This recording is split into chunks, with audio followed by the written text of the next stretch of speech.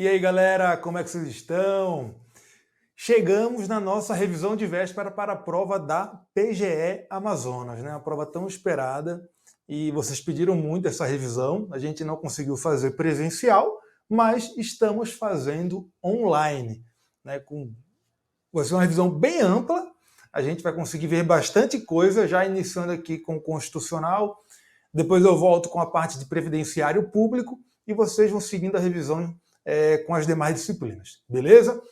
O ritmo da aula é bem rápido, a gente não fica parando para ver todos os detalhes nos slides que eu vou trazer aqui, tá? O slide a gente vai usar como um norte, né? Um roteiro de aula, mas a gente não vai ficar vendo todas as minúcias. É para a gente fazer uma revisão bem ampla, para a gente conseguir aqui ver a maior quantidade possível de conteúdo e antecipar umas questões que vão aparecer na prova, beleza? Então, tá aqui na tela já, aqui atrás dos slides, a gente vai iniciar pela parte dos parâmetros no controle concentrado abstrato de constitucionalidade, né? Especialmente na ADI, tá? Esses parâmetros estão definidos onde? No artigo 101, inciso 2, alínea A da Constituição. E a gente tem os parâmetros superiores, né? Tem um parâmetro superior e tem um parâmetro inferior. O parâmetro superior é o paradigma de controle, o paradigma constitucional, é o bloco de constitucionalidade. E o parâmetro inferior é o objeto. O que é mais importante para a gente revisar aqui é o objeto da ADI, né? O que é que pode ser objeto de ADI? Segundo a Constituição, pode ser objeto de ADI no Supremo Tribunal Federal, leis e atos normativos federais e estaduais, certo? Bem, então veja, não é importante, não é relevante vocês saberem o nome do ato que está sendo impugnado para saber se ele pode ou não ser objeto de ADI. Não é isso que interessa para a gente. O que interessa é você saber qual é a natureza do ato.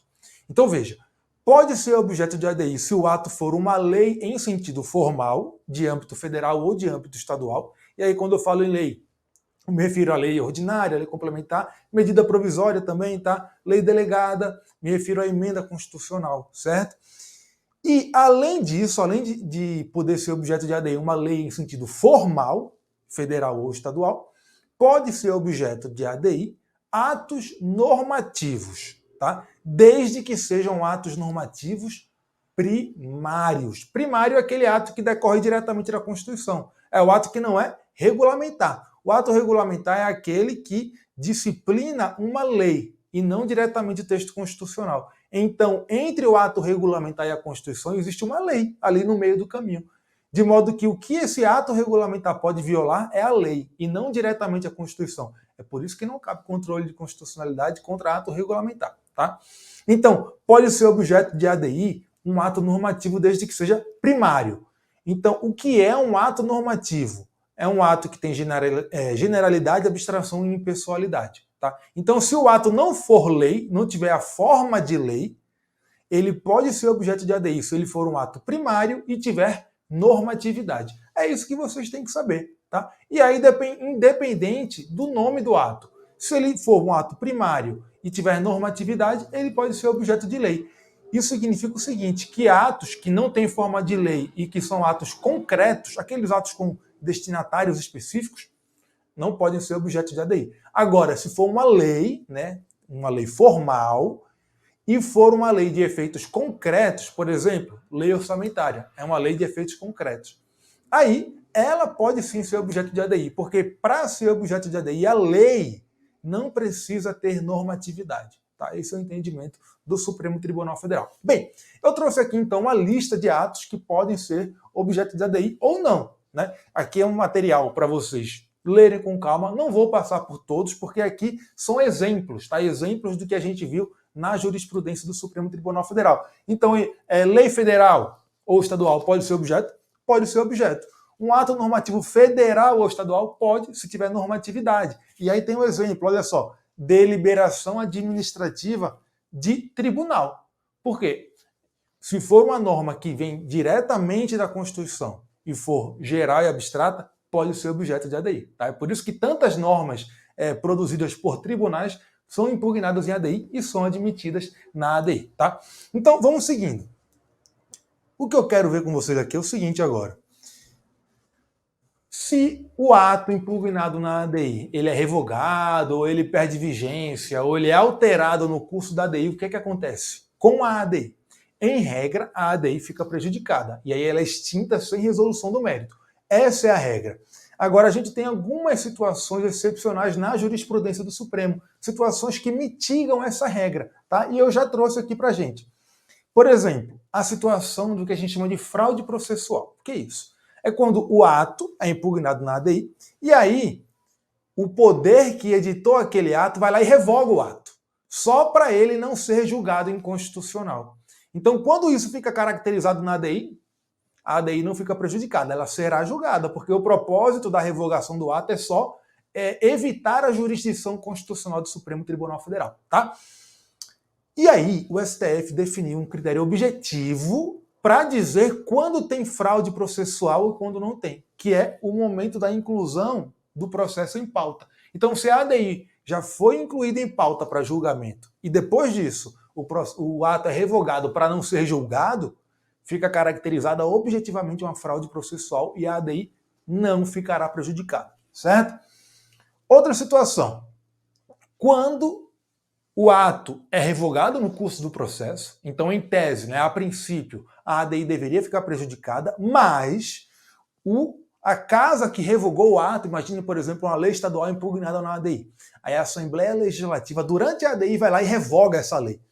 E não comunica ao Supremo. Então, se a revogação do ato não é comunicada ao Supremo e o Supremo julga a ADI não fica prejudicada. Vai valer o julgamento. Tá certo? Não adianta, depois de julgar da ADI, ir lá e comunicar ao Supremo. Opa, você não podia julgar, foi revogado. Não adianta. O Supremo falou, vale o meu julgamento. Se eu julguei sem ser comunicado da revogação, pouco importa o que você vier falar depois. Vai valer a decisão.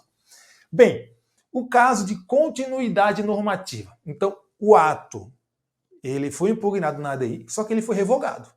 Mas aquele conteúdo da norma lá, daquela norma que foi revogada, continuou em outra norma. Então houve ali uma continuidade normativa entre duas normas, uma que foi revogada e uma que foi editada depois da revogação.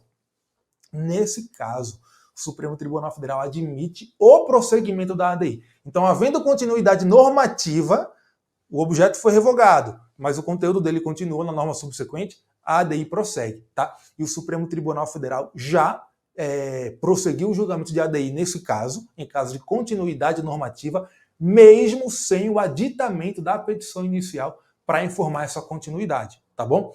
O Supremo Tribunal Federal já fez isso, embora tenha havido já um caso mais antigo em que houve o aditamento da inicial, mas o Supremo já admitiu a continuidade da ADI sem aditamento da inicial. Outra situação aqui. Quando o objeto não é revogado, ele é alterado no curso da ADI. O que acontece com a ADI? Depende, tá? Depende. Se ocorre uma alteração substancial do ato que foi impugnado, então ele foi lá impugnado, ele é alterado no curso do processo. Se ele é alterado e ele continua inconstitucional, mas essa alteração foi substancial, teve uma alteração de conteúdo ali naquele ato impugnado, a ADI pode prosseguir desde que haja o aditamento da inicial. Agora, se aquele ato impugnado foi alterado durante o curso do processo sem uma alteração substancial, o Supremo Tribunal Federal admite o prosseguimento da ADI independentemente de aditamento da petição inicial. Tá? Então, cuidado! A alteração do ato sendo substancial exige o aditamento para prosseguir a ADI.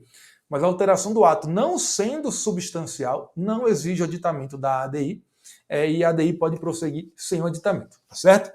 Bem, e o caso de medida provisória que é convertida em lei? Então, a ADI impugnou a medida provisória, a gente viu que MP pode ser impugnada em ADI, e no curso da ADI essa MP foi convertida em lei. O que acontece aí? Veja, segundo o STF, nesse precedente da ADI 5709, se nessa conversão houve alteração substancial do conteúdo original da MP, a ADI fica prejudicada. Mas se não houve alteração substancial do conteúdo da MP, a ADI não fica prejudicada desde que haja aditamento da inicial. Tá? Então, muito cuidado, são várias hipóteses diferentes, com várias exigências diferentes também na jurisprudência do Supremo. Tá? Agora, veja só. A gente acabou de ver a situação do objeto da ADI que é revogado, perde eficácia, ou ele é alterado no curso do processo. Tá? E se no curso do processo o que sofre uma alteração ou uma revogação é o paradigma de controle, o parâmetro superior. O que acontece com a ADI? Em regra, ela vai ficar prejudicada também. Essa é a regra. Agora, se o Supremo Tribunal Federal percebe que o julgamento pela prejudicialidade da ADI levar a uma situação de constitucionalidade superveniente do objeto da ADI, ele admite o prosseguimento da ação, tá? Não fica prejudicada. Só para evitar a constitucionalidade superveniente do objeto. Então imagina, é impugnada uma lei em uma ADI. Durante a ADI, o parâmetro constitucional que foi alegado como violado na ação é alterado ou ele é revogado. Em regra, essa ADI ficaria prejudicada. Só que imagine que essa lei impugnada, ela realmente violava aquele parâmetro constitucional que tinha sido invocado na ADI, aquele paradigma de controle. Então ela era realmente inconstitucional. Se você for julgar prejudicada a ADI por conta da alteração da Constituição, o que vai acontecer? Essa norma, que era inválida, vai acabar se tornando válida. Haverá uma constitucionalidade superveniente. O Supremo não admite constitucionalidade superveniente. Por isso, em caso de alteração da norma constitucional violada no curso da ADI, se isso acarretar, se a prejudicialidade da ação acarretar o quê? A constitucionalidade superveniente do objeto impugnado, ele vai admitir a continuidade da ação só para julgar inválida aquela norma que foi impugnada na ADI. Beleza? Vamos lá. A questão do efeito repristinatório indesejado. Também separei para a gente ver aqui. O que é esse efeito repristinatório indesejado? É o seguinte. Na ADI, julgada procedente à ADI e, portanto, inconstitucional a norma impugnada, o que acontece? Essa declaração de inconstitucionalidade tem eficácia retroativa, eficácia ex tunc. Então a norma é inválida desde a sua origem. Essa é a regra, a menos que haja modulação temporal da eficácia da decisão. Beleza. Por conta da eficácia retroativa, as normas anteriores a essa norma inválida e que foram revogadas por ela voltam a ser aplicadas. Tá? Existe aí um efeito repristinatório decorrente da decisão da ADI, certo? Só que tem situações em que as normas que foram revogadas pela norma declarada inconstitucional na ADI também eram inconstitucionais. E aí esse efeito repristinatório vai ser indesejado, porque vai tornar novamente aplicável uma norma que também é inconstitucional. Nessa situação, o Supremo Tribunal Federal tem o entendimento de que, para evitar o efeito repristinatório, o legitimado ativo ele tem a obrigação de impugnar na ADI toda a cadeia normativa que foi revogada por aquele ato que está sendo impugnado na ADI. Tá? Então, veja, em regra, não cabe a ADI para impugnar uma norma que já foi revogada antes do ajuizamento da ADI. Mas numa situação de efeito repristinatório cabe. Por quê? Porque do efeito repristinatório indesejado cabe, porque o legitimado ativo tem a obrigação de impugnar toda a cadeia normativa anterior àquela norma impugnada na ação, que também é inconstitucional. Só tem uma limitação temporal. Tá? Os atos anteriores que integram essa cadeia normativa, que são anteriores à Constituição, né, à Constituição Federal, ou seja, ao paradigma constitucional de controle, não precisam ser impugnados na ADI. Por quê? Porque esses atos anteriores à norma constitucional, eles, em confronto com o texto constitucional, eles são recepcionados ou não recepcionados. Eles não são constitucionais ou inconstitucionais. Então, esse juízo envolvendo um ato anterior à Constituição e à Constituição não é um juízo de constitucionalidade ou inconstitucionalidade. É um juízo de recepção ou não recepção. E isso não cabe em ADI, beleza? Então tem essa limitação. Não precisa impugnar os atos anteriores à norma constitucional. Tá? Então, para evitar o efeito repristinatório indesejado, o legitimado ativo tem que impugnar toda a cadeia normativa. E se ele não fizer isso, o que acontece com a ação? A inicial é rejeitada, é indeferida. Tá? Essa é a jurisprudência do Supremo Tribunal Federal.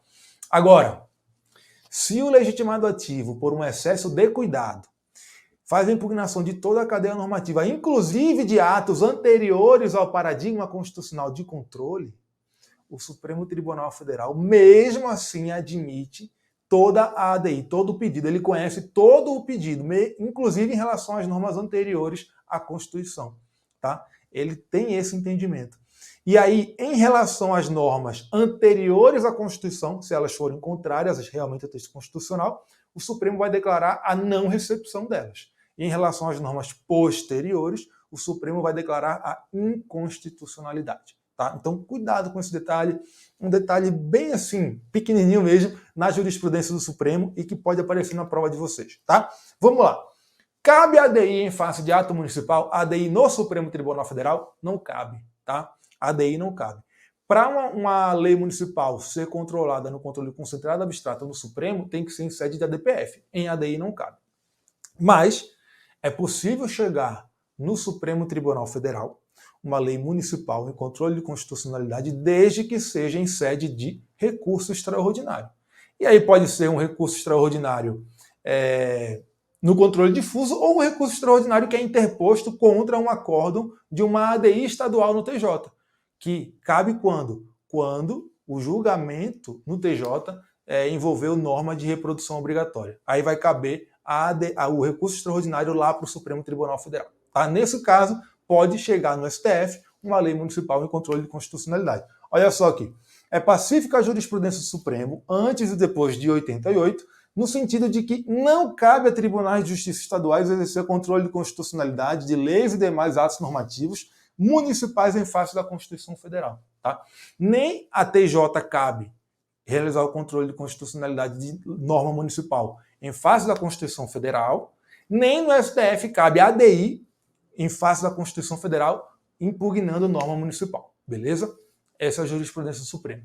Agora, cuidado aqui, cuidado. Esse precedente fala o quê? Que TJ não pode realizar controle de constitucionalidade tendo como parâmetro norma da Constituição Federal. Mas tem uma exceção. Na verdade, tem duas exceções. Tá? Quando?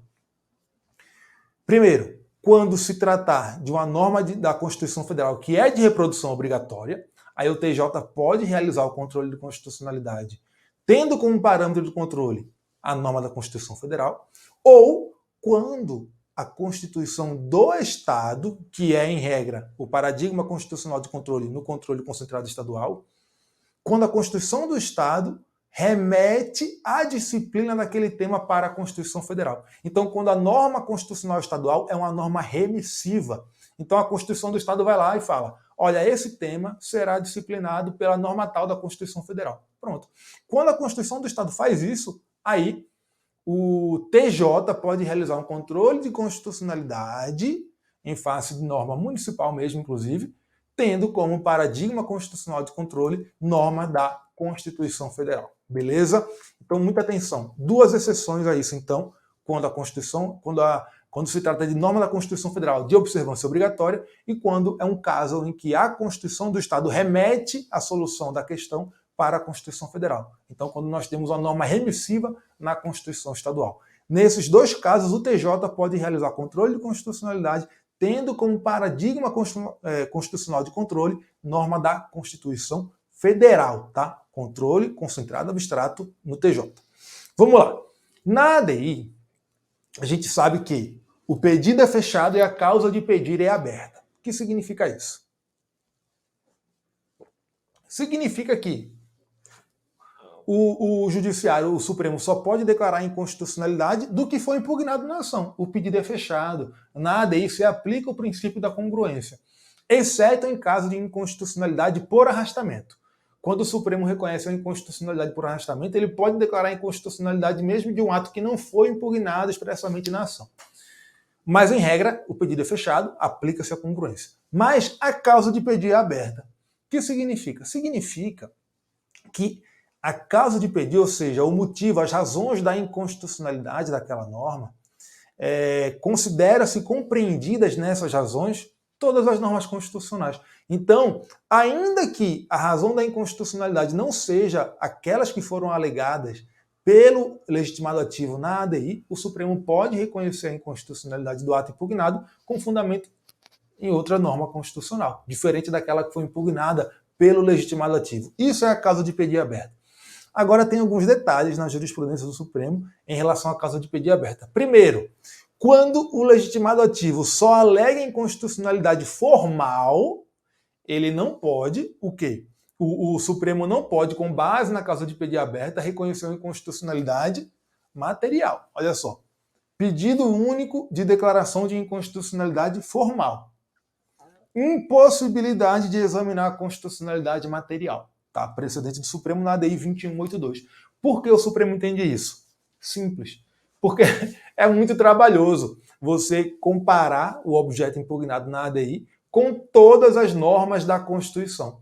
Então, se o legitimado ativo não alegou inconstitucionalidade material, o Supremo não vai sair comparando a norma impugnada com a Constituição inteira. Isso é muito trabalhoso. Por isso, o Supremo não admite, quando é alegado só inconstitucionalidade formal, ser analisada a inconstitucionalidade material da norma. Beleza? Vamos lá. Outra coisa bem interessante aqui sobre a causa de pedir. Por conta de a causa de pedir ser aberta, o legitimado ativo, imagina o seguinte, ele ajuizou uma ADI e ele fala, olha, eu acho que a minha fundamentação não ficou muito boa, quero complementar. Ele não precisa ajuizar uma nova ADI para ter ali um reforço argumentativo, um reforço da sua fundamentação, porque a causa de pedir é aberta, tá? E ele pode conseguir esse reforço argumentativo simplesmente aditando a petição inicial. Então, não precisa, tá? E como a causa de pedir é aberta, se ele fizer isso, ajuizar uma nova ADI só para reforçar os argumentos, a gente vai ter o que ali? Uma litispendência. E aí a segunda ADI vai ter que ser extinta, porque a mesma pessoa impugnou o mesmo objeto e a causa de pedir é aberta, de modo que o que ele alega na segunda ação já é considerado alegado na primeira ação, tá? Olha só, foi isso que o Supremo falou bem aqui na ADI 5749, tá? Outro detalhe, embora a causa de pedir seja aberta, isso não faz com que o legitimado ativo fique livre do ônus da impugnação especificada daquela norma impugnada ali. Então, imagine que ele vai impugnar uma lei completamente, né? Então, uma lei que tem, sei lá, 5 artigos. Ele vai lá, ajuiza uma ação e fala, quero a declaração de constitucionalidade de toda a lei. Ele não pode fazer isso. Ele tem que falar que o artigo 1º é inconstitucional por isso, isso e isso, que é a inconstitucionalidade do artigo, que o artigo 2º é inconstitucional por isso, isso e isso, que é a declaração de inconstitucionalidade do artigo 2º, e por aí vai. Tem que impugnar especificamente. Ele não pode pedir simplesmente, quero que a lei inteira seja declarada inconstitucional. Não, ele tem que especificar por quê e fazer o pedido, tá? Isso foi falado pelo Supremo na ADI 6244. Outra coisa, também em relação à causa de pedir, que tem relação com o ônus de fundamentação da ADI. Olha só, a causa de pedir aberta nas ações objetivas não dispensa as partes do ônus da fundamentação suficiente. Tá?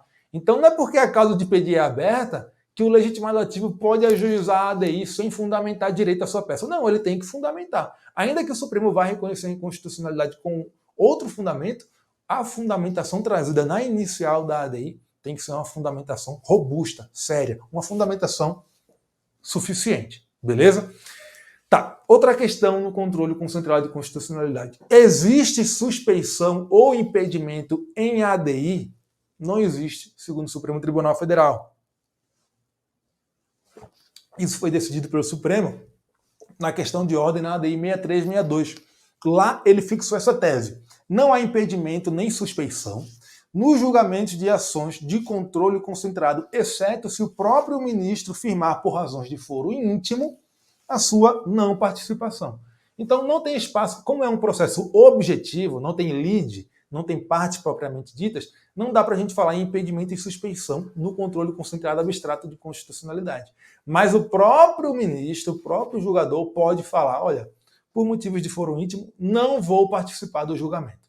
Só que, além disso, tem mais 2 situações no histórico jurisprudencial do Supremo em que os ministros se consideram impedidos para participar do julgamento no controle concentrado abstrato, que é quando eles já participaram daquele mesmo processo anteriormente, ou na condição de AGU ou na condição de Procurador-Geral da República, tá bom? Então, se o ministro já atuou no processo como AGU ou PGR, ele não vai participar do julgamento, tá? Tem vários casos na jurisprudência do Supremo nesse sentido. Em relação à intervenção em terceiros na ADI, bem, veja, a Lei 9868 fala que não cabe a intervenção em terceiros. Não se admitirá intervenção em terceiros no processo de ação direta de inconstitucionalidade. Mas daí surge, apesar disso, é admitido o amicus curiae, tá? Na ADI, a própria lei da ADI permite lá no parágrafo 2º do mesmo artigo 7º. Sobre o amicus curiae, a gente tem 3 questões bem importantes que são muito relevantes para as provas, tá? Que são essas aqui, ó. Primeiro, até quando o amicus curiae pode pedir para participar do processo, para entrar nos autos? Segundo, o amicus curiae pode recorrer? E terceiro, o amicus curiae, uma pessoa física, pode ser amicus curiae em uma ADI? Olha só, primeiro, até quando que o amicus curiae pode pedir para entrar no processo? Em regra, ele pode pedir para se manifestar nos autos até que o processo seja liberado para a pauta. Então, foi mandado para a pauta de julgamento, acabou para o amicus curiae. Mas, excepcionalmente, e teve um caso que aconteceu isso no Supremo, quando a matéria for sensível e for relevante e se justificar para fins de se garantir a paridade de armas no processo, aí o Supremo Tribunal Federal admite que o amicus curiae se manifeste nos autos, peça para se manifestar, mesmo após a liberação do processo para a pauta de julgamento. Isso aconteceu em um caso em que a Defensoria Pública se manifestou como amicus curiae na própria sessão de julgamento, tá? Porque era uma situação de uma ação de indenização por conta de uma morte no interior da carceragem, e aí a União tinha recorrido, o procurador da União tinha apresentado as razões na sessão de julgamento e ninguém tinha se manifestado pela outra parte. Então a visão da população carcerária num tema tão sensível não tinha sido trazido para julgamento. E aí o Supremo Tribunal Federal admitiu a manifestação da Defensoria Pública como amicus curiae aí, só para apresentar a visão da população carcerária naquele caso. Tá? Segundo, amicus curiae pode recorrer, e aqui a gente tem 2 temas principais, tá? Que é a questão dos embargos de declaração e a questão do recurso contra a decisão que não admite o ingresso do amicus curiae nos autos. E aí o Supremo Tribunal Federal diferencia processo objetivo de processo subjetivo, tá? Simples. Não dá para a gente ficar entrando em muitos detalhes aqui, mas o que é que vocês têm que saber é isso aqui.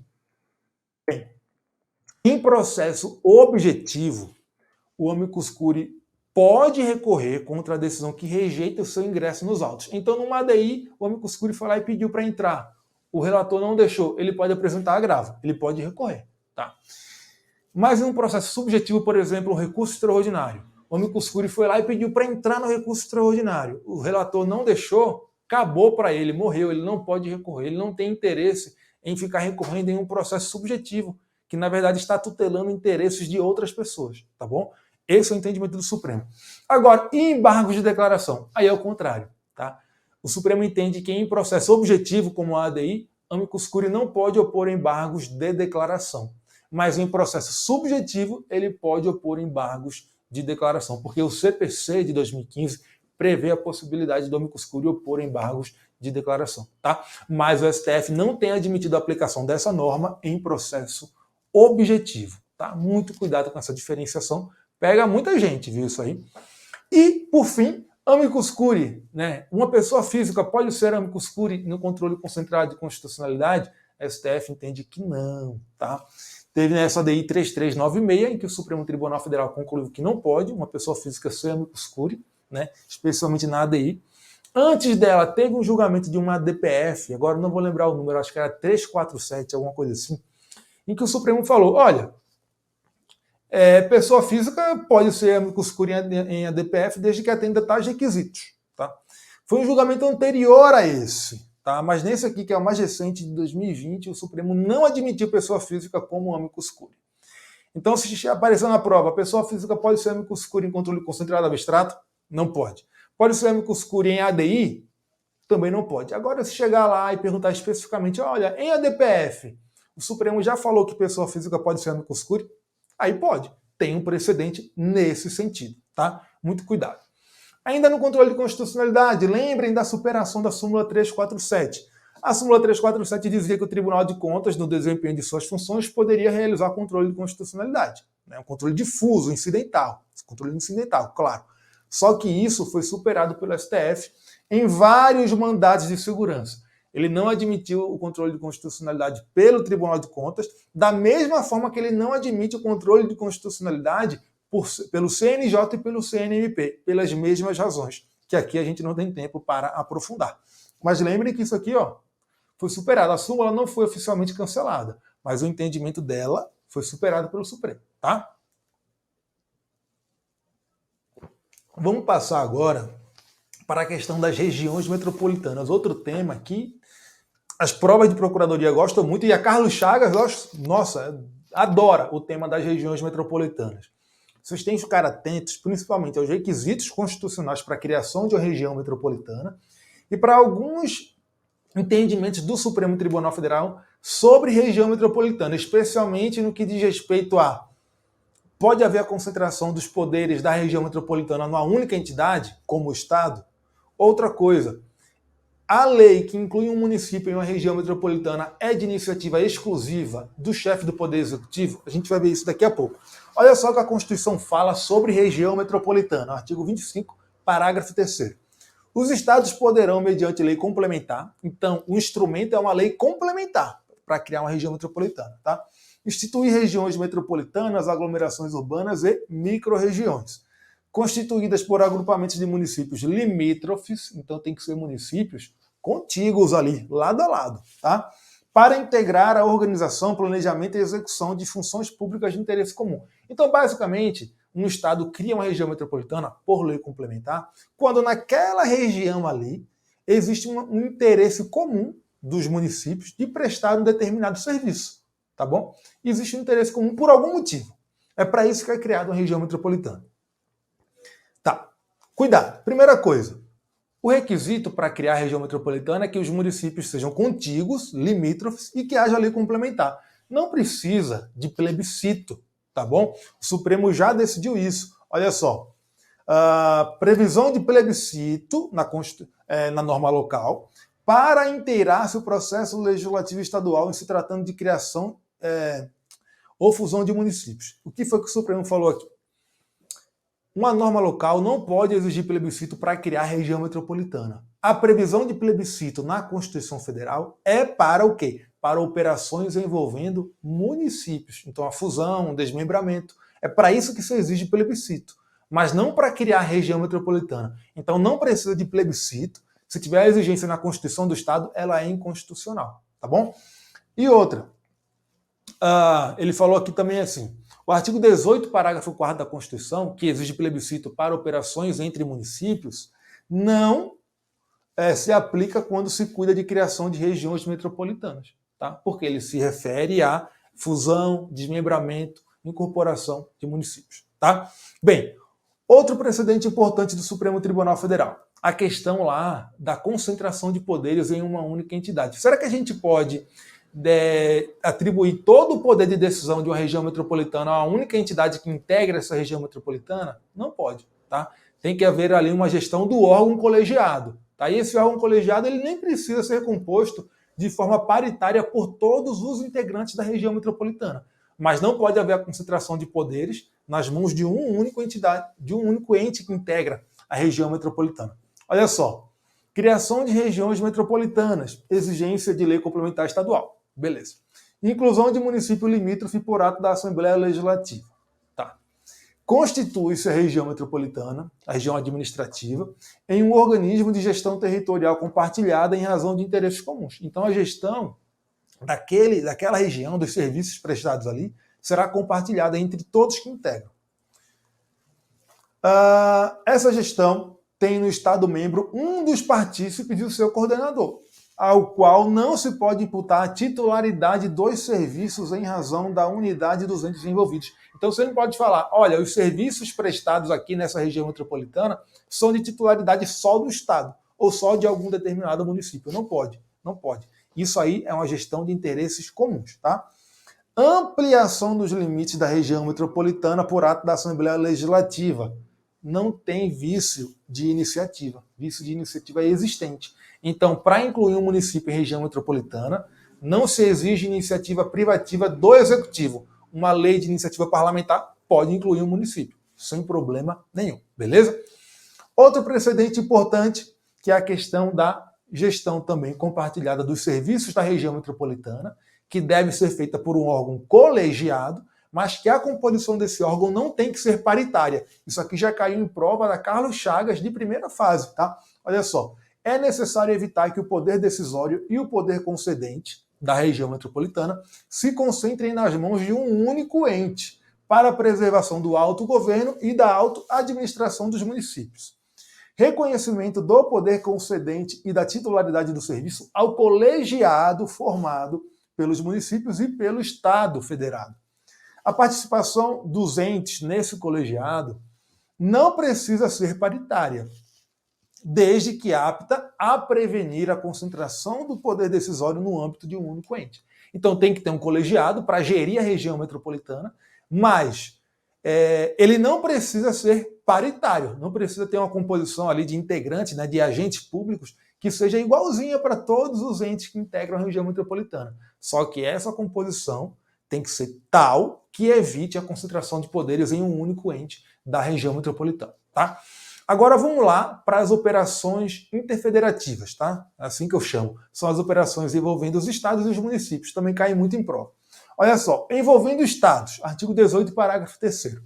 Os estados podem incorporar-se entre si, subdividir-se ou desmembrar-se para se anexarem a outros, ou formarem novos estados ou territórios federais mediante a aprovação da população diretamente interessada através de plebiscito e do Congresso Nacional por lei complementar.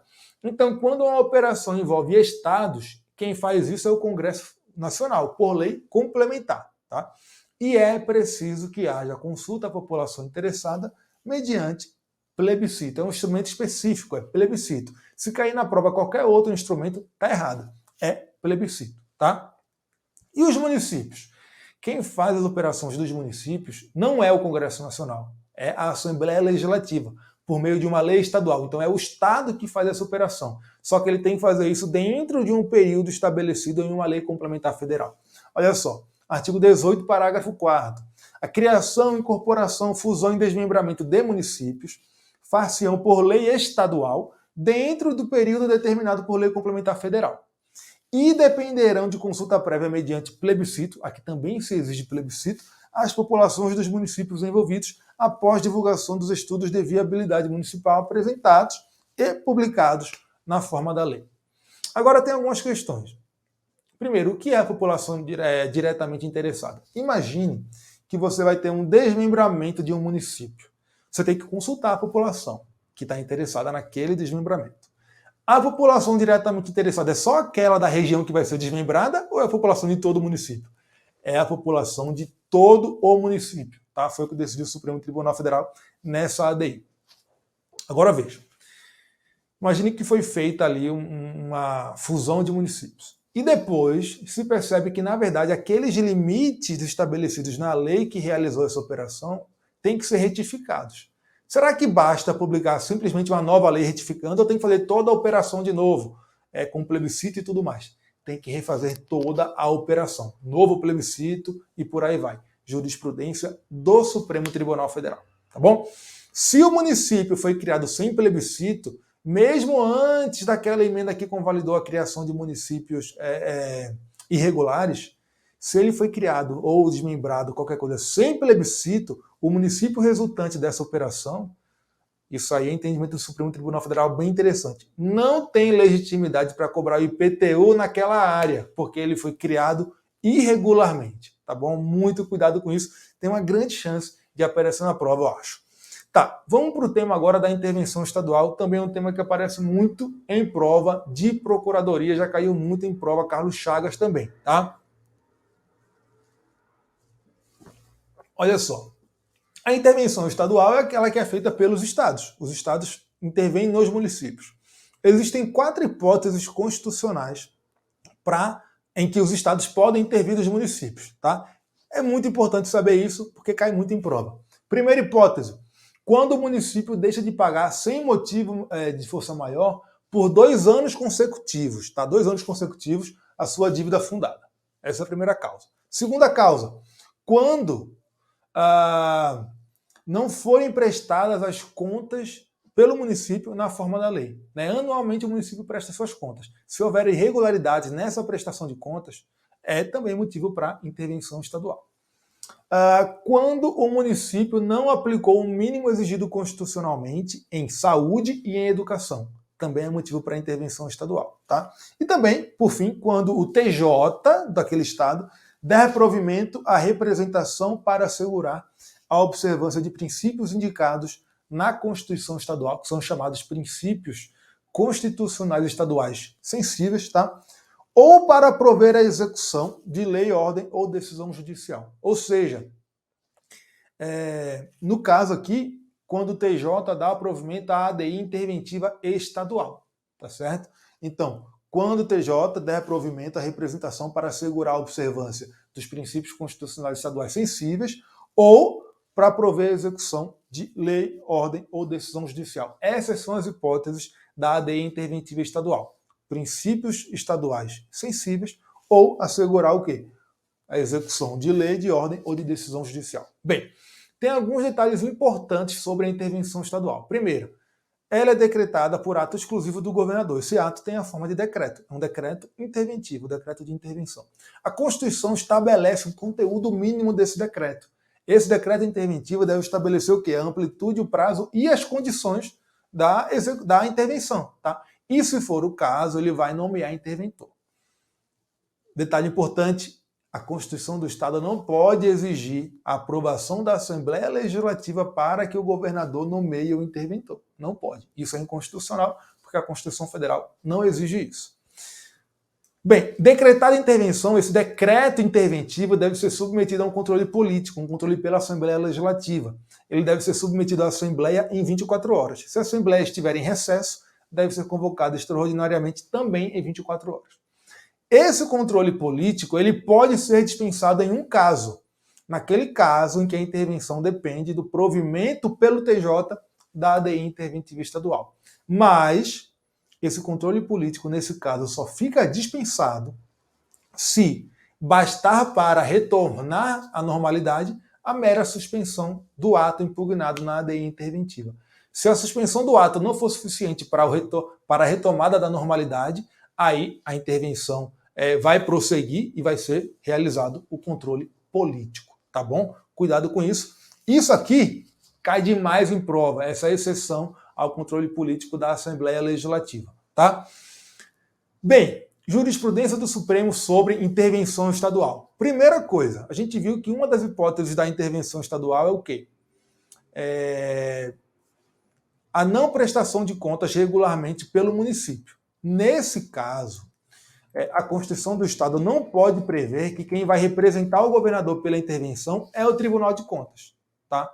Quem tem legitimidade para provocar o governador para realizar essa intervenção não é o Tribunal de Contas, é a Câmara Municipal, porque a competência constitucional para julgar as contas do prefeito é da Câmara Municipal, tá? Foi o que decidiu o Supremo nesse precedente, a ADI 614 e a ADI 2631. E antes de a Câmara Municipal representar o governador pela decretação da intervenção no caso de irregularidade nas contas municipais, ela deve dar oportunidade para que o prefeito se manifeste naquele caso, se manifeste sobre as irregularidades apontadas no processo de julgamento daquelas contas. Tá? Foi o que decidiu o Supremo também na ADI 614. Agora, muito importante na jurisprudência do Supremo Tribunal Federal é esse precedente aqui, que eu tinha passado. As hipóteses de decretação de intervenção estadual são hipóteses de reprodução obrigatória pelos Estados-membros. Então, a Constituição do Estado não pode ampliar essas hipóteses, também não pode restringir ou condicionar essas hipóteses. Tá? Tem que seguir exatamente o que está na Constituição Federal, senão a norma vai ser inconstitucional. E outra coisa, a União não pode intervir em município, só o Estado pode intervir em município. A União só vai poder intervir em município se for município localizado em território federal. Tá? Mas a União não pode ir lá em um município de um estado e intervir nele. Não pode, a Constituição Federal não permite. Beleza? E para finalizar essa questão da jurisprudência do Supremo sobre a intervenção estadual, a representação interventiva, que é julgada pelo TJ, tem natureza o quê? Político-administrativa. É um procedimento de natureza político-administrativa. Logo, contra o acórdão que é proferido nesse procedimento, não cabe recurso extraordinário, porque o recurso extraordinário é um instrumento processual. Tá? E aí, isso está simulado no Supremo, súmula 637, que fala o seguinte: não cabe recurso extraordinário contra o acórdão DTJ que defere pedido de intervenção estadual em município. Tá? Cuidado com isso. Vamos agora para o tema do Poder Executivo. Tá? Uma passada bem rápida aqui nesse tema, que é o seguinte. Bem, primeiro, lembrem que é necessário distinguir sucessão de substituição do chefe do Executivo. E aqui a gente vai se restringir ao presidente da República. A substituição, ela é o quê? Ela é temporária, ela é eventual. E a gente tem o primeiro substituto do presidente é o vice-presidente. Já a sucessão, ela é definitiva, ela tem caráter definitivo, permanente. Só tem um sucessor do presidente da República, que é o vice-presidente da República. Tá? Os substitutos do presidente são mais de um, não é só o vice-presidente. Nessa ordem, substituem o presidente da República o vice-presidente, o presidente da Câmara, o presidente do Senado e o presidente do Supremo Tribunal Federal. Tá bom? Nessa ordem. Agora veja. Primeiro, essa ordem aqui não é de observância obrigatória, tá? Nos outros âmbitos. Tanto é que, por exemplo, em município é comum haver a previsão de que o procurador-geral do município será um substituto do prefeito. Tá? Então, isso aqui, essa vocação de substitutos, essa ordem aqui, não é de observância obrigatória nos demais âmbitos da federação. Agora veja, se o Poder Executivo sofrer uma dupla vacância, o que acontece? Tem que haver uma nova eleição. Tá? Então, imagine que os dois cargos fiquem vagos, presidente e vice-presidente da República. Os dois cargos fiquem vagos. Tem que haver uma nova eleição. Tá? O presidente da Câmara não pode se tornar o presidente do Senado também não pode, nem o presidente do Supremo, porque eles não são sucessores do presidente da República. Nós temos que ter uma nova eleição se os dois cargos ficarem vagos. E aí tem uma diferença de tratamento na Constituição Federal. Se essa dupla vacância ocorre na primeira metade do mandato, é uma disciplina, se ela ocorre na segunda metade do mandato, é outra disciplina. Tá? Então, se a dupla vacância ocorre na primeira metade do mandato, tem que haver uma eleição direta, então os eleitores vão lá e escolhem o novo presidente e o novo vice, no prazo de 90 dias. Tá? Se a dupla vacância ocorre na segunda metade do mandato, aí a eleição vai ser indireta. O Congresso Nacional vai escolher o novo presidente e o novo vice-presidente. E aí ela é realizada no prazo de 30 dias, a partir da abertura da última vaga. Nos dois casos, quem foi eleito vai só complementar o período que tinha sido iniciado. É o chamado mandato tampão. Então não tem um novo mandato completo. Não, vai só concluir aquele período que tinha sido iniciado. Tá? Agora, veja só.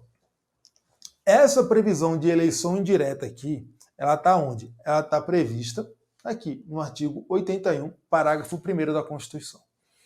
Segundo o Supremo Tribunal Federal, essa norma que prevê essa eleição indireta na segunda metade do mandato em caso de dupla vacância no Poder Executivo, não é de observância obrigatória. Então, os estados e os municípios não são obrigados a prever eleição indireta em caso de dupla vacância na segunda metade do mandato no Poder Executivo. Não são obrigados. Mas eles podem prever se quiserem. Tá? Agora, veja. Imagine que o Estado prevê a eleição indireta. Tá? No caso de dupla vacância na segunda metade do mandato. Será que ele tem competência legislativa para regulamentar o procedimento dessa eleição indireta? Tem. O Supremo Tribunal Federal entendeu que os estados têm competência para regulamentar essa eleição indireta. A menos que se trate de uma situação em que a dupla vacância tem causa eleitoral. Imagina que teve alguma fraude no processo eleitoral.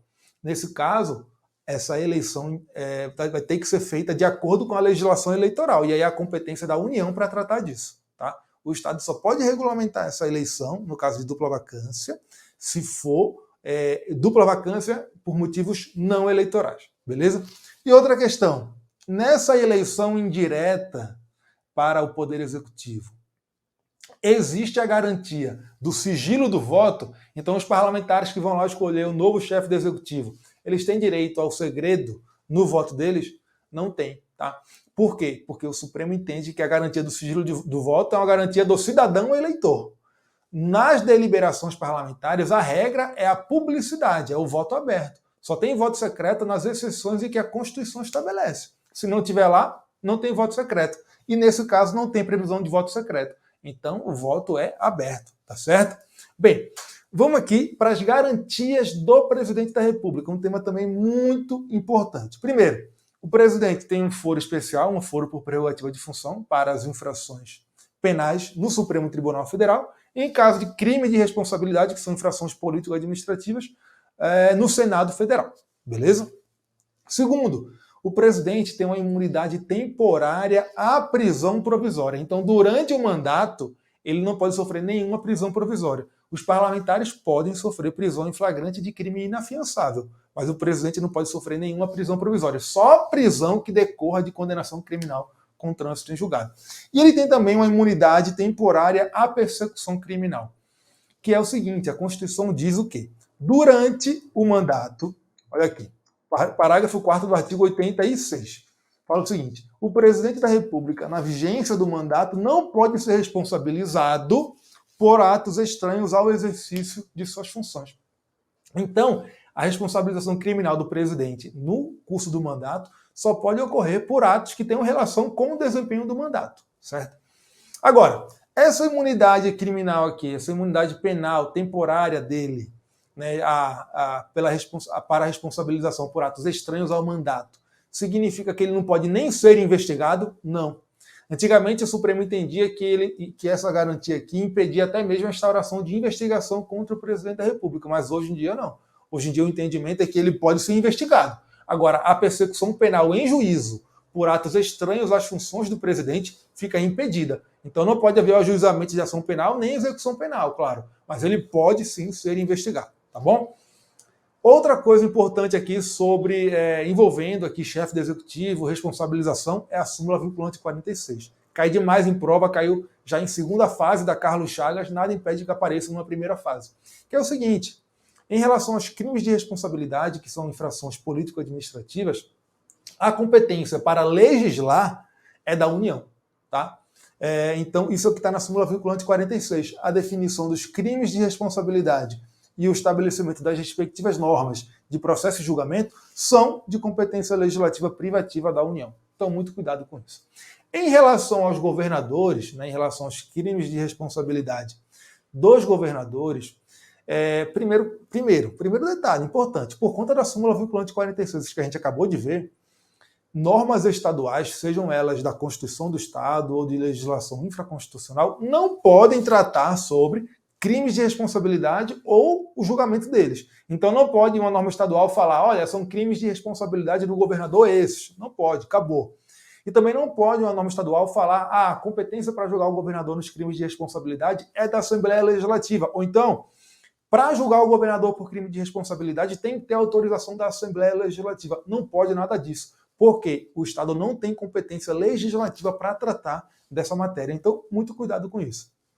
Quem disciplina os crimes de responsabilidade dos governadores e o julgamento deles é a Lei 1079 de 50, a lei do impeachment. Tá?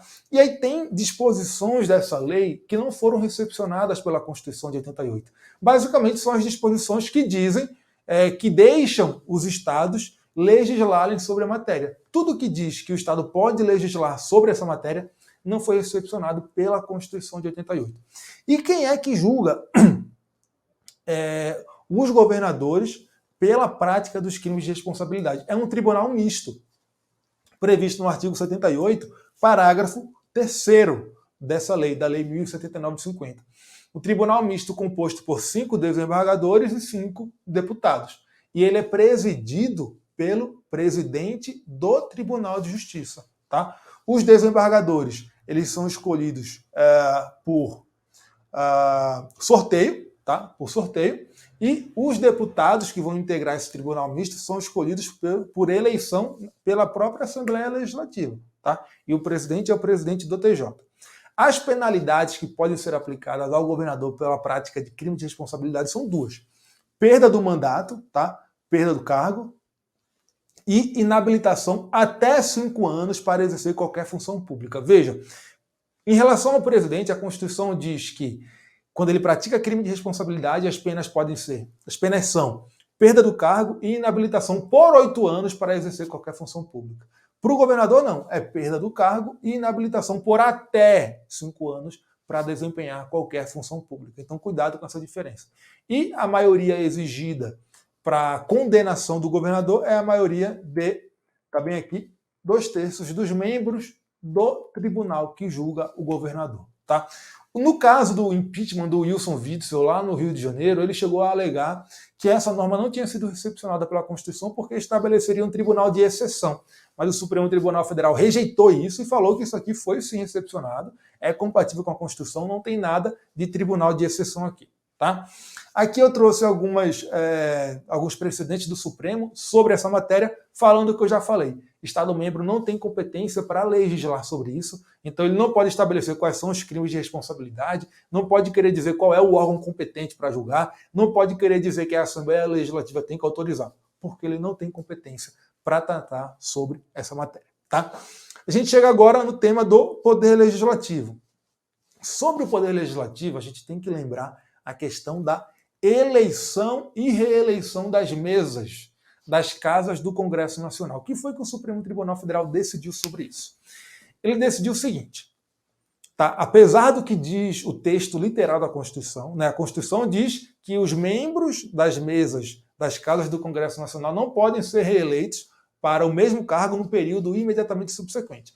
Mas o Supremo falou o seguinte, olha, essa reeleição para o mesmo cargo não pode ocorrer se for dentro da mesma legislatura. A legislatura é aquele período de 4 anos. Mas se a reeleição ocorrer para a legislatura seguinte, embora seja um período subsequente, ela é permitida. Tá? Isso aí para as mesas das casas do Congresso Nacional. Em relação às mesas das Assembleias Legislativas, é diferente. Por quê? Porque a regra da Constituição que proíbe a reeleição para os mesmos cargos nas mesas das casas do Congresso não é uma norma de reprodução obrigatória, segundo o Supremo Tribunal Federal. Tá? Agora, isso não significa que é permitida a reeleição ilimitada dos membros das mesas das Assembleias Legislativas. Não é permitida. Eles podem ser reeleitos, seja essa reeleição para um período dentro da mesma legislatura ou na legislatura seguinte, eles podem ser reeleitos, mas fica limitada a uma reeleição. Por quê? Por conta do princípio republicano, que se aplica a todos os entes federativos, a todas as esferas de governo, independentemente de ter uma norma de reprodução obrigatória ou não na Constituição sobre a reeleição. Beleza? Então, cuidado com isso. CPI. O que a gente tem que lembrar sobre CPI? Primeiro, os requisitos constitucionais do CPI. Então, olha só. Primeiro, CPI ela tem poderes de investigação próprios de autoridades judiciais, tem poderes previstos nos regimentos das casas legislativas e elas são criadas pela Câmara ou pelo Senado, em conjunto ou separadamente, quando for em conjunto é a CPI mista, né? Mediante requerimento de 1/3 dos seus membros. Tá? Então, para ser instaurada, tem que ter requerimento de 1/3 dos membros da casa, para apuração de fato determinado. Esse fato determinado tem que ser um fato de interesse público, então não pode ser um fato de interesse privado, e por prazo certo. Então a CPI tem que ter um prazo certo, mas ela pode ser prorrogada sucessivas vezes, desde que limitada à mesma legislatura. Então ela pode ser renovada, prorrogada, mas quando chegar no fim da legislatura, acabou. Não pode mais ser prorrogada. As suas conclusões, se for o caso, serão encaminhadas ao Ministério Público para que promova responsabilidade civil ou criminal dos infratores. Então veja, CPI tem poderes próprios de investigação de autoridade judicial. Isso significa que CPI é jurisdição? Não significa. Tanto é que a CPI não pode ter como objeto o quê? Um ato jurisdicional. Pode ter como objeto judiciário? Pode, mas em relação a atos de natureza administrativa, não atos jurisdicionais. CPI, por conta desses poderes que ela tem, pode praticar todos os atos que não são submetidos à reserva de jurisdição.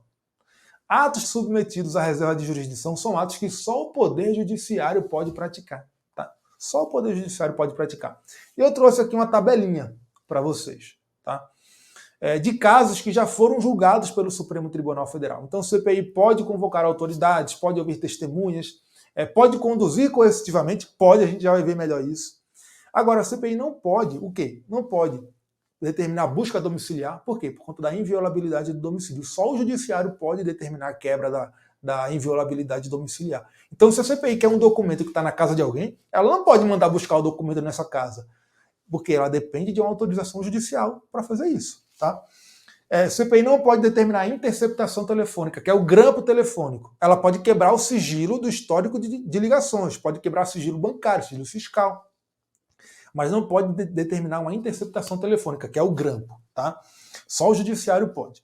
CPI não pode expedir ordem de prisão, só o judiciário pode, exceto se for prisão em flagrante. Prisão em flagrante, CPI pode determinar, porque qualquer um pode fazer uma prisão em flagrante, qualquer indivíduo, qualquer cidadão. CPI não pode determinar medidas assecuratórias de eventual condenação, porque isso aí também é só o Poder Judiciário que pode. CPI não pode quebrar o segredo de justiça. Imagina um processo que está em sigilo de justiça, segredo de justiça. CPI não pode, só o Judiciário pode fazer isso. Tá? Então, são situações em que o Supremo já reconheceu a impossibilidade de CPI praticar o ato. Agora, em relação à condução coercitiva, CPI pode determinar, imagine que a CPI convoca alguém para ser ouvido. A pessoa não vai. Pode conduzir coercitivamente essa pessoa? Depende da qualidade em que aquela pessoa vai ser ouvida. Se for testemunha, pode conduzir coercitivamente. Mas a testemunha vai ser conduzida coercitivamente e tem que ser respeitado o direito dela de silêncio, porque ela tem direito a não autoincriminação. Se for investigado na CPI e ele não comparecer, ele não pode ser conduzido coercitivamente. Então, trocando em miúdos, quem é investigado na CPI não tem obrigação de comparecer. Comparece se quiser. Tá? Por quê? Por conta da presunção de inocência. Isso é um entendimento que o Supremo tem, tanto no âmbito do processo penal, quanto no âmbito das investigações das CPIs. Tá? A gente viu aqui CPI em âmbito federal. Agora, pode ter CPI em âmbito municipal estadual? Pode. Pode ter sim CPI em âmbito municipal e em âmbito estadual. Agora, olha o detalhe. CPI é instaurada para investigar um fato específico de interesse público. Só que a atuação da CPI, ela tem que observar a limitação da competência da Casa Legislativa. Entenderam? Então a CPI no Congresso Nacional só pode investigar fatos que sejam de interesse geral, interesse do país, interesse de uma região inteira. Não pode investigar um fato que seja de interesse só de um estado ou só de um município. Não pode, porque ela não tem competência para isso. Da mesma maneira, as CPIs estaduais e municipais, quando forem instauradas, têm que atuar limitadamente a fatos de seu interesse. Então a CPI estadual vai investigar fatos de interesse do estado e a municipal vai investigar fatos de interesse do município. Por quê? Porque a repartição de competências se aplica aqui em relação à atuação das CPIs, tá?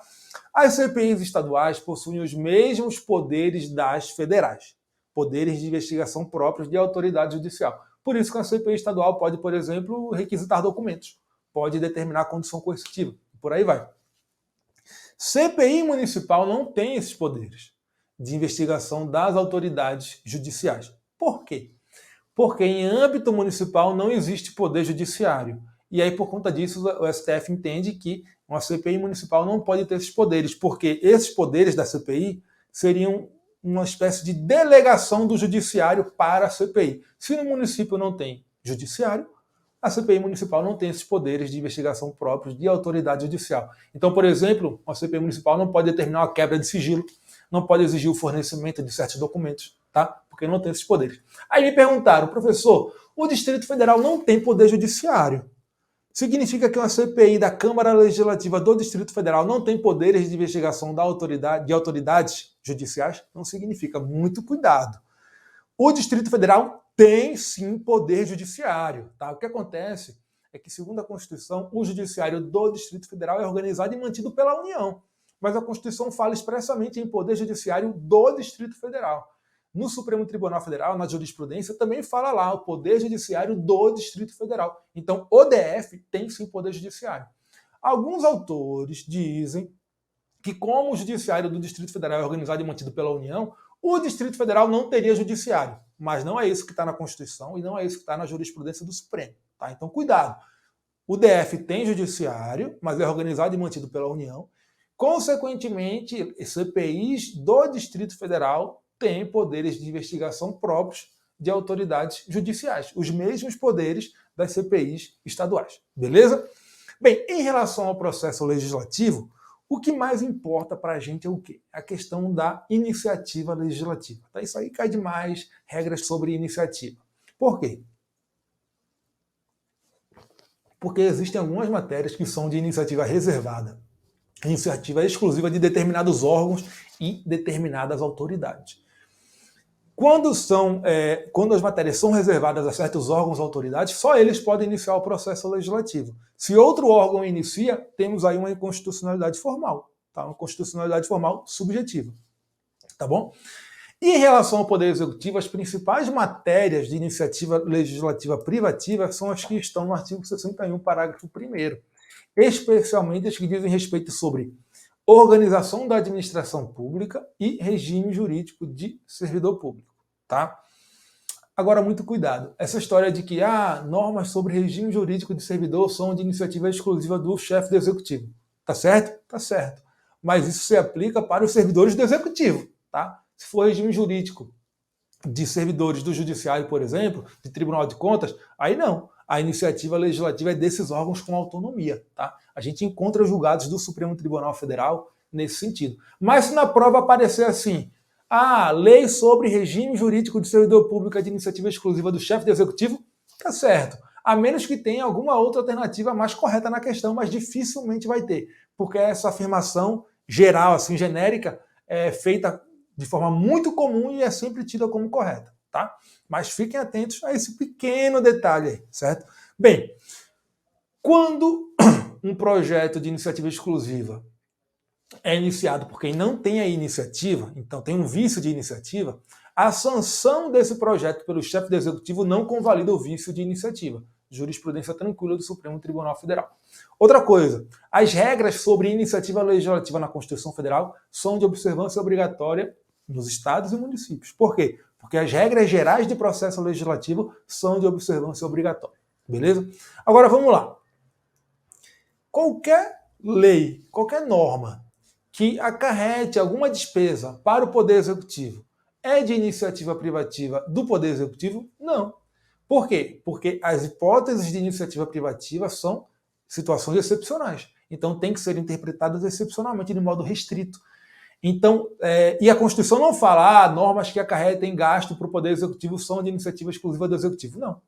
Agora, se for uma norma que trata de regime jurídico de servidor e que acarreta um aumento de gasto, aí sim vai ser de iniciativa exclusiva do Poder Executivo. Beleza? Então, cuidado. Não é toda norma que acarreta gasto para a administração pública que é de iniciativa exclusiva do Poder Executivo. Beleza? Uma norma em um projeto de lei de iniciativa exclusiva, pode haver emenda parlamentar? Pode haver emenda parlamentar, desde que atenda 2 requisitos. Primeiro, tem que ter pertinência temática com o projeto original, não pode ser uma emenda jabuti, né? E essa emenda não pode acarretar um aumento de despesa nesse projeto, que é de iniciativa exclusiva. Agora, se for, né, um projeto de lei do orçamento, aí, nesse caso, a emenda parlamentar pode até mesmo acarretar aumento de despesa, desde que cumpra alguns requisitos. Olha só, se for um projeto de lei orçamentária anual, a emenda parlamentar pode acarretar aumento de despesa, desde que a emenda, tenha compatibilidade com o plano plurianual e com a lei de diretrizes orçamentárias, desde que ela indique os recursos que farão frente a esse aumento de despesa e desde que a emenda, tenha relação com dispositivos do projeto original ou represente só uma correção de algum erro no projeto original ou de alguma omissão no projeto original. E se for um caso de projeto de lei de diretrizes orçamentárias, a emenda parlamentar pode acarretar aumento de despesa desde que seja compatível com o plano plurianual. É o único requisito quando se trata de projeto de LDO. Agora imagina que uma emenda parlamentar em projeto de iniciativa exclusiva não observou esses requisitos. Ou ela acarretou aumento de despesa em um projeto que não é de lei orçamentária, ou ela não observou a pertinência temática. Será que a sanção do chefe do executivo convalida esse vício? Também não convalida. Tá? Da mesma forma que a sanção não convalida o vício de iniciativa, ele não convalida uma emenda viciada. E detalhe, esse vício de emenda, que a gente acabou de ver aqui, que pode acontecer, na jurisprudência do Supremo Tribunal Federal já foi chamado de vício de iniciativa. Tá? Então, a emenda que não observa os requisitos constitucionais em projeto de iniciativa exclusiva é considerado no Supremo vício de iniciativa. E já foi chamado dessa maneira em prova de procuradoria. Não foi prova Carlos Chagas, foi prova CESP, mas foi chamado assim com base no precedente do Supremo. Então tenham bastante cuidado com isso aí. Tá? No processo legislativo, o chefe do executivo pode se arrepender do veto. Então ele recebeu o projeto e aí ele foi lá e vetou uma parte e a outra ele sancionou. Então vetou uma parte e a outra ele deixou decorrer o prazo de 15 dias úteis e ocorreu a sanção tácita. Ele pode depois se arrepender falando que ele errou naquele veto, quer reconsiderar? Não pode. O Supremo Tribunal Federal decidiu isso em algumas ADPFs, tá? Detalhe. Em regra, na jurisprudência do Supremo não cabe a DPF contra veto. Mas, excepcionalmente, quando for uma situação absurda, o STF admite a DPF contra veto. Foi esse o caso dessas ADPFs, que foi o caso em que o presidente da República tinha vetado uma parte de um projeto de lei. Em relação ao resto, ele deixou decorrer o prazo constitucional de 15 dias úteis e aí virou uma lei, né? Ocorreu a sanção tácita. E depois desse prazo ele foi lá e manifestou um novo veto, né? Corrigindo o veto anterior e vetando inclusive aquelas partes que tinham sido sancionadas tacitamente. Então, o que teve aí foi um veto de uma lei, porque já era lei aquela parte que sofreu a sanção tácita. E aí o Supremo falou, olha, sei que em regra não cabe a DPF contra veto, mas excepcionalmente, nesse caso aqui absurdo, vou admitir a DPF contra veto. Tá? Então afastou o entendimento geral para ter um entendimento específico, excepcional, para esse caso. Em relação ao foro por prerrogativa de função do parlamentar.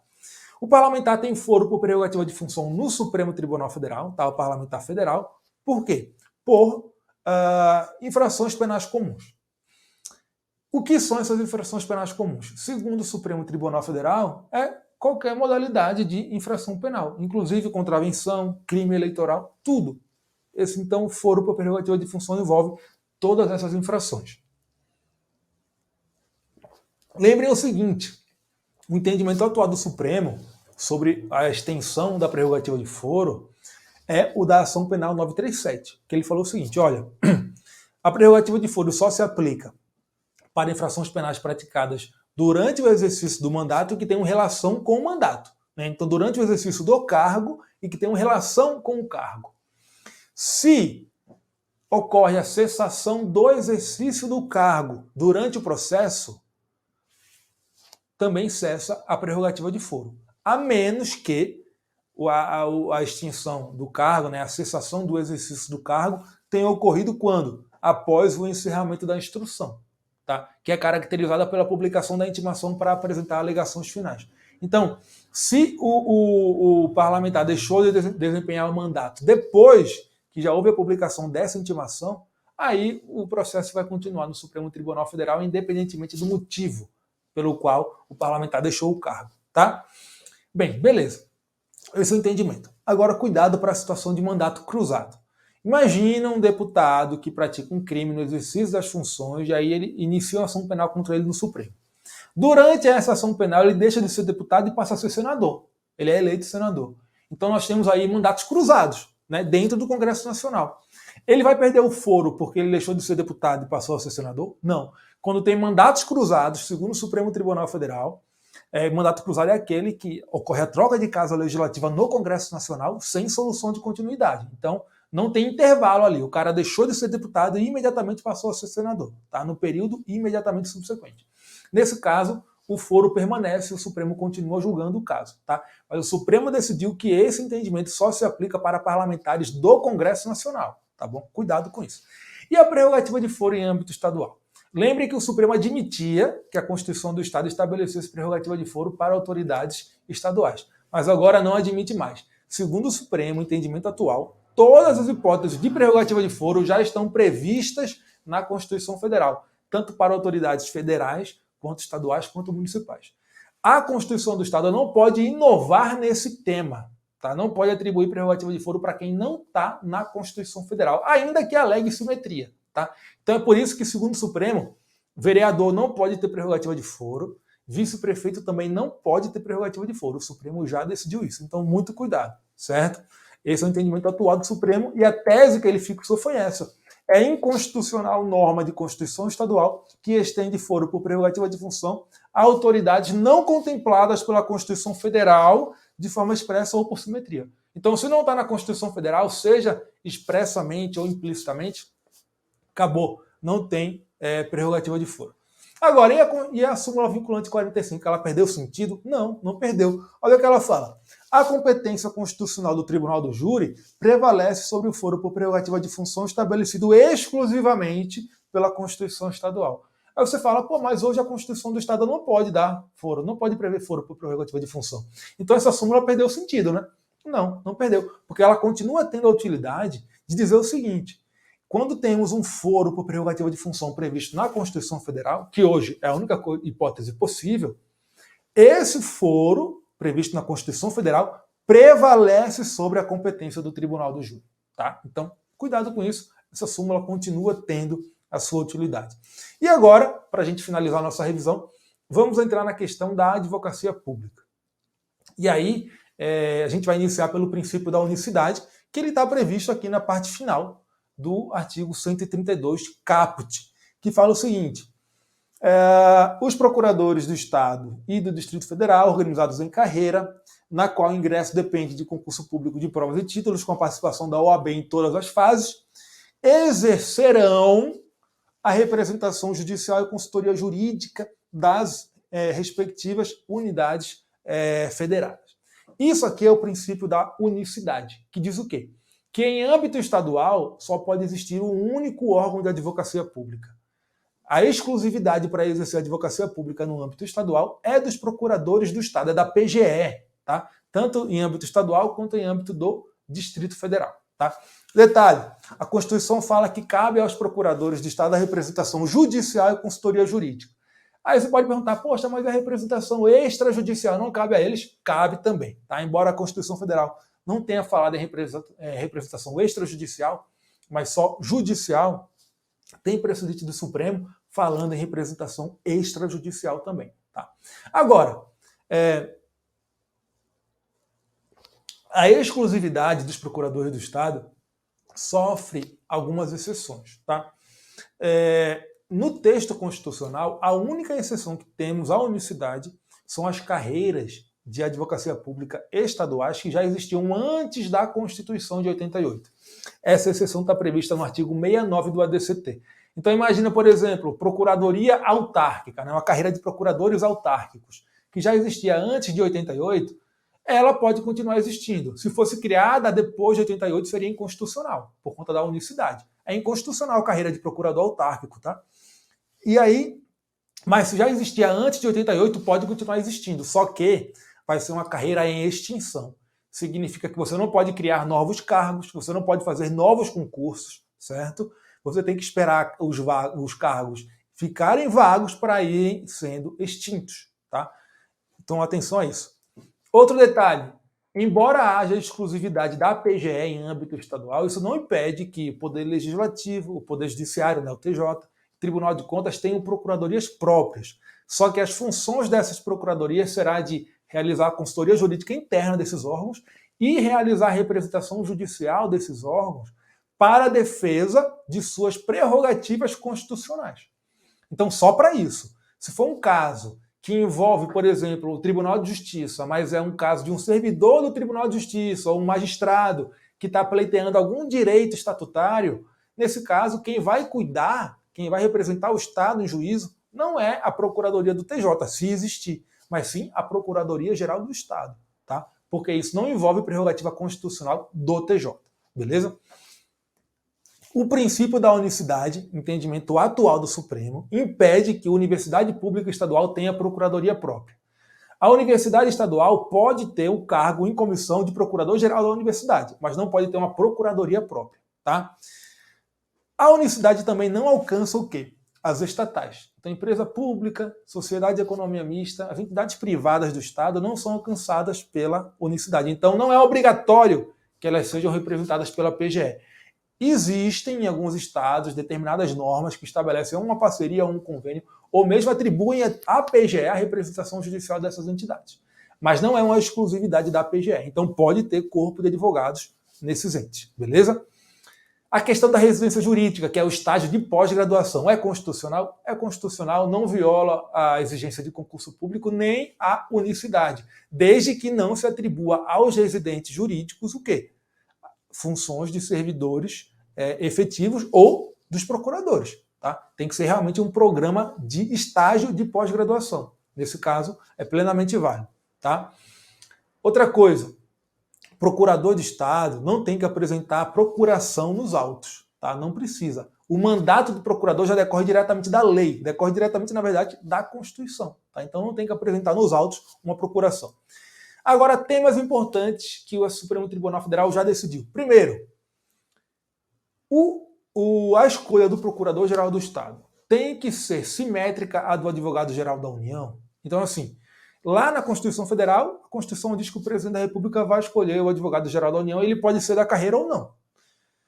Em âmbito estadual, será que isso também se aplica? Ou seja, é obrigatório que o governador possa escolher um Procurador-Geral dentro da carreira ou fora da carreira? Não. Os estados, segundo o Supremo, têm liberdade, têm autonomia para definir os critérios de escolha do Procurador-Geral. Então o estado pode definir que vai ser alguém da carreira ou que não vai ser alguém da carreira, tá? E aí, no Amazonas, o que a Constituição do Estado estabelece no artigo 96, parágrafo 1º, é que o Procurador-Geral não precisa obrigatoriamente ser alguém da carreira. Mas se for alguém da carreira, tem que ter no mínimo 5 anos de carreira, tá bom? É a exigência na Constituição do Estado. A Constituição do Estado não pode condicionar a destituição do Procurador-Geral do Estado à autorização da Assembleia Legislativa, ou mesmo a escolha do PGE à aprovação da Assembleia, porque o PGE é um cargo de livre escolha do governador, tá? Não tem previsão na Constituição dessa exigência de aprovação legislativa. Outra coisa, a Constituição do Estado não pode dar ao Procurador-Geral do Estado atribuições que são do governador. Delegar para o Procurador-Geral. Então imagina que a Constituição fala, fica delegado, ou então pode o governador delegar ao Procurador-Geral a iniciativa legislativa de temas relativos à PGE. Não pode, porque isso não tem previsão na Constituição Federal. Beleza? Outra coisa, a norma estadual, prevista na Constituição, inclusive, não pode dar à PGE autonomia, tá? Autonomia funcional e administrativa, ou autonomia financeira ou sanitária. Não pode, isso é inconstitucional. Porque a PGE está lá inserida no Poder Executivo, que tem uma estrutura hierarquizada. Para a PGE ter autonomia, tem que ter uma emenda constitucional na Constituição Federal dando essa autonomia para ela. Tem algumas PGEs no Brasil que têm essa autonomia, mas isso é inconstitucional. Ela só tem autonomia porque a norma ainda não foi declarada inconstitucional, tá? Mas, olha só, o Supremo já falou que isso é inconstitucional. Da mesma forma, por conta de a advocacia pública estar numa estrutura hierarquizada, a Constituição do Estado não pode dar aos procuradores do Estado o quê? Garantias da inamovibilidade. A garantia da inamovibilidade. Da mesma forma que não pode dar ao procurador do Estado a garantia da vitaliciedade. Tá? A Constituição previu essas garantias para determinados agentes públicos, como os membros da magistratura. Por quê? Por conta da necessidade de dar liberdade e autonomia para o exercício desses cargos. No caso dos procuradores, isso não acontece. Tá? Por quê? Porque a gente está ali dentro de uma estrutura hierarquizada. A atuação em uma procuradoria, ela é coordenada. Então, por exemplo, imagine uma tese institucional. Todos os procuradores têm que seguir aquela tese institucional. Não faria sentido, imagina, por exemplo, um escritório de advocacia em que os advogados eles defendem teses diferentes, conflitantes, para diferentes clientes. Isso não tem sentido. É a mesma coisa para a PGE. A atuação tem que ser coordenada. Isso acontece. Isso está em acordo, né, está de acordo com o fato de que a PGE está dentro de uma estrutura hierarquizada. Tá? Então, cuidado com isso. Essas garantias de inamovibilidade, vitaliciedade, autonomia administrativa, financeira, tudo inconstitucional para a Procuradoria de Estado. Tá? O Estado não pode editar uma lei conferindo aos procuradores garantias processuais. Por quê? Direito processual é tema de competência legislativa privativa da União. Então, por exemplo, garantir aos procuradores prisão domiciliar, imunidade à prisão, tratamento diferenciado na condição de testemunha, não pode. Isso aí tudo é matéria processual de competência da União. E também uma matéria que é de competência da União é a questão do porte de arma de fogo. Norma estadual, ainda que prevista na Constituição do Estado, não pode dar aos procuradores porte de arma de fogo. Não pode. A competência para legislar sobre material bélico é da União. Tá? E aí, isso é um entendimento já antigo do Supremo Tribunal Federal e, recentemente, algumas leis de alguns estados foram declaradas inconstitucionais por conta disso. Se eu não me engano, lei do Ceará e lei do Rio de Janeiro, que conferiam porte de arma de fogo aos procuradores, foram declaradas inconstitucionais. Certo? Em relação aos honorários advocatícios, todo mundo já sabe, o Supremo declarou que é constitucional pagar honorários advocatícios à advocacia pública. Mas a soma dos honorários com o subsídio do cargo não pode ultrapassar o teto do Supremo Tribunal Federal. Tá? Tem que respeitar o teto constitucional. E a questão dos fundos de reaparelhamento, os fundos especiais das PGEs, que são aqueles fundos que, em geral, são compostos por diversas verbas, entre elas, uma parte das taxas cartorárias, as custas e emolumentos. O Supremo declarou que isso é constitucional e a destinação dessas verbas cartorárias para esses fundos também é constitucional. Um detalhezinho, essas custas, essas taxas cartorárias, quando vão para o Fundo Especial da PGE, passam a ter natureza de taxa de polícia. Tá? As taxas que os cartórios cobram dos usuários é uma taxa de serviço, mas quando uma parte dessa receita vai para o fundo da PGE, se torna uma taxa de polícia. Tá? E esses fundos, segundo o Supremo, podem ser instituídos também para o Poder Judiciário e para qualquer das funções essenciais da Justiça. Então, para a Defensoria, para a MP e para a Advocacia Pública. E também para o Poder Judiciário. Beleza? É isso. Chegamos ao fim da revisão. Acabei me estendendo um pouquinho aqui. Peço desculpas, mas é isso aí. Tinha muita coisa para a gente ver. É isso aí, galera. Valeu. Boa prova lá.